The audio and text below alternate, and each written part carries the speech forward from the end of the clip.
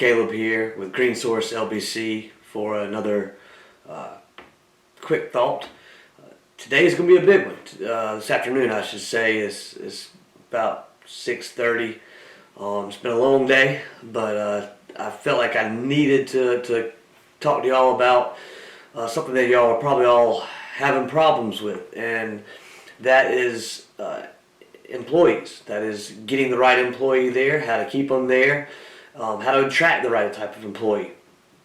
Everyone I talk to and struggles with this, and I do as well. There's no magic wand to wave to hand select perfect employees that will always work out. So I wanted to talk about that, and it's crucial. It's crucial for your company. The biggest thing that I've found is that you have to know what type of employee you're looking for. And that's where a lot of companies, a lot of managers and owners go wrong. They're looking for an employee who can fulfill a certain role.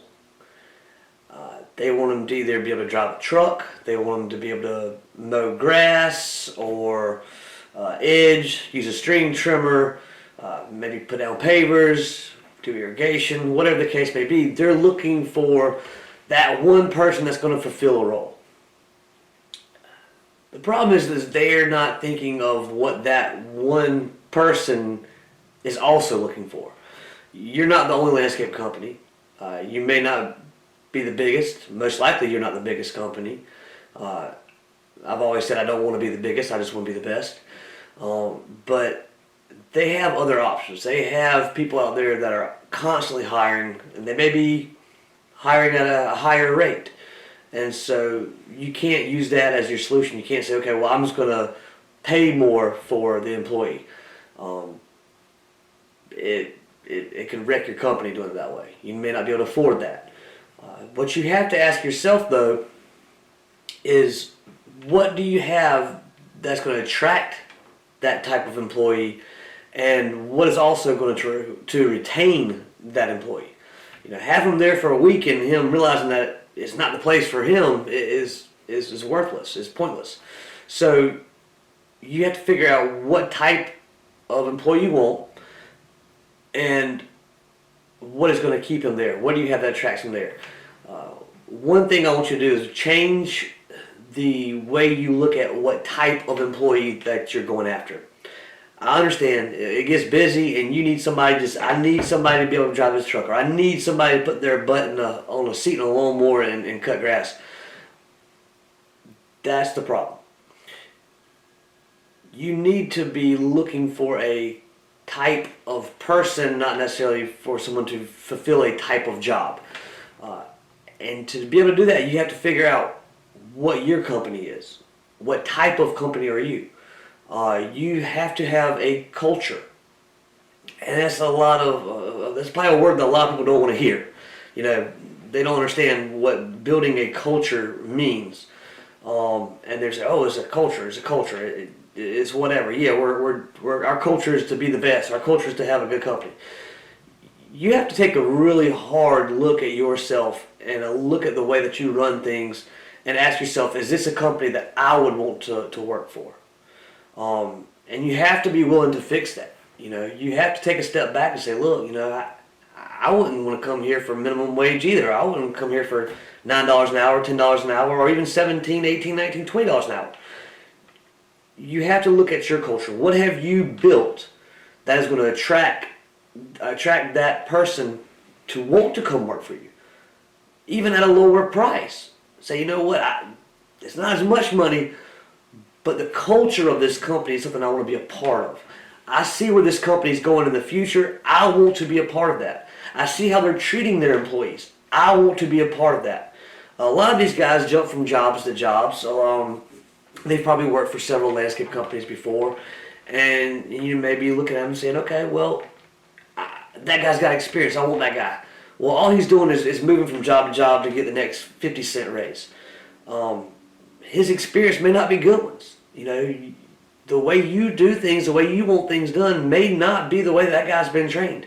So you may have to completely retrain him, and even worse, have to break bad habits. So that guy that has all the experience that you're looking for, it may take longer to train him than it would for someone without the experience that you're looking for. So you have to figure out what your culture is of your company and find guys that match that.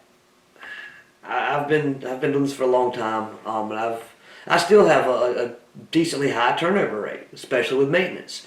Maintenance is one of those fields where people get in it for a little while. They may get in it for a year, they may get in it for 5 years, but eventually they may move on to something else. They may decide it's not for them. But while they're there, you need to find out what it is that they do want. What are they looking for? What is important to them? Do they have a family? Is it, it's something that maybe you can work around a certain schedule, maybe graduations, sick days, staying home with the kids. These things come up, and these guys, they're not making a whole lot of money. Let's face it. We're landscapers. We're not in it to get rich. But I think we can all look at ourselves and say, okay, how can I get someone from starting fresh to end up in my shoes? How can I train them and keep them here long enough that they are making a decent wage, that they are seeing that there's a pathway to success within the company? That's what a lot of people want to see. They're willing to come work for a little bit less if you can show them that in the future they'll make more and they'll learn more, they'll get better experience, they'll be treated better. It's a little bit different nowadays. Growing up, I was, oh man, I had to work and that was it. I didn't get the choice of, choosing what I wanted to do that day or choosing if I wanted to come to work that day. Today's working class is definitely a little bit different than when I was growing up. But you have to build a culture around your company. And maybe your culture is, hey, I'm going to hire a bunch of temporary guys. We're going to knock some work out, and then they're done, and they can, we're going to lay them off in the fall, and we're going to try to get them back in the spring. That's not necessarily the way I do it, but that may be what you have designed your company to do. In that case, get ready for a lot of turnover. Suck it up, buttercup. It's coming. You're not going to have guys that stick around for that type of work. But if you have a big enough pool to choose from, then yeah, you can get some labor to fill those spots. If you're looking for people that you're willing to invest in time and energy and educating about landscaping, and moving from one position and moving up the chain to the next positions, then you're going to have to show them that is possible. You're going to have to say, hey, here's where we are today. Here's where I want to be in 1 year, 2 years, 5 years, 10 years down the road. Maybe the problem is that you don't know that. You don't know where you're going. So you have to first figure out what your company is all about. You have to build a culture, how you treat your employees, how you want to be treated as a boss. And go from there. And you have to be open and honest with these guys. I mean, these people understand. They've been around. They've worked for different companies. Most of them have anyways. And they've probably seen a lot more than you can imagine. And so I get a lot of people coming and honestly just wanting to work for our company, for the company that I manage, just simply because they hear through other landscapers and through other employees what it's like to work with us, and the education we try to give them, the opportunities that we give them. Nothing's free. We're not out here just handing out checks, and here's my dog, handing out checks and raises every couple months. That's not the way it works. You have to fit that culture to even be hired. You have to have a certain attitude, a certain personality. Because these guys are going to be on trucks with 2, 3 other guys all day long, every day. So they have to meet that personality quota first off. They have to be willing to be hard workers. They can't come in lazy and just want to just kind of, yeah, I'm here, yeah, okay, yeah, I do it.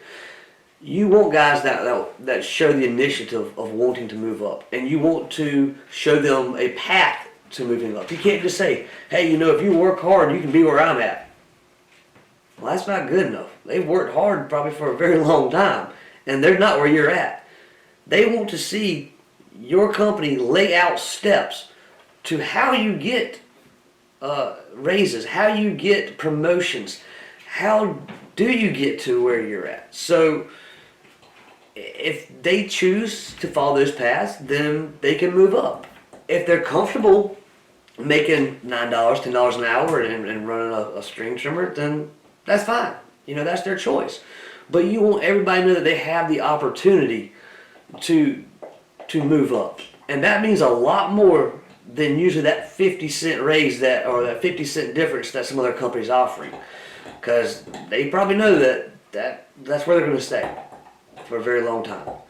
So first, you have to decide what your culture is. You have to build a culture around your business, and you have to stick to that culture.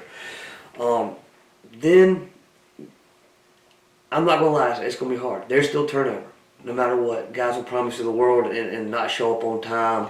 I'll tell you they can drive and not have a driver's license.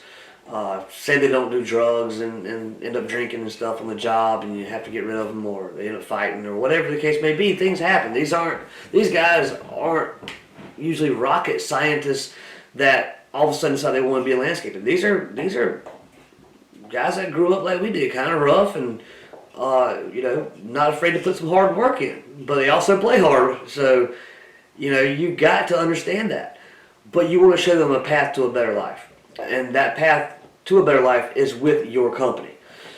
I have a general rule that is one that I wish I could break, but usually I will go through about 7, 8, maybe even 9 guys before I find that one guy who shows something really special. Now there's out of 7 to 8 guys that I hire, 1 or 2 of them may still work out. They may still be fine. They may, last for a year or two, and really like their job, and then just decide they want to do roofing instead of landscaping, and that's their choice. I mean, I don't want to hold anybody back from doing what they want to do, but after about 7, 8, 9 employees that you go through, you should have found that if you're screening them right and looking for their potential and not just what their skill set is, then you should be able to find that one guy that you're going to be able to watch grow and help him grow, from maybe knowing just a little bit or maybe knowing nothing to being able to start helping out with the irrigation, helping out with, the larger equipment, helping out leading crews. Then all of a sudden he's going to maybe helping multiple crews and maybe even help manage. So it is possible, but this is not easy. And I want you to know that you're not by yourself. Everyone goes through it. But you can help yourself a little bit more by not just looking for someone who can fit one particular role. You want someone who's trainable. You want someone who wants to grow their company. But it's up to you to offer them that and to show them how they can do that. It's just a quick thought. It's been a little while, and I hope you guys take this to heart, and I hope you look into it, and I hope it makes some sense to you. Have any questions, leave comments, or hit me up. All right, thanks, guys.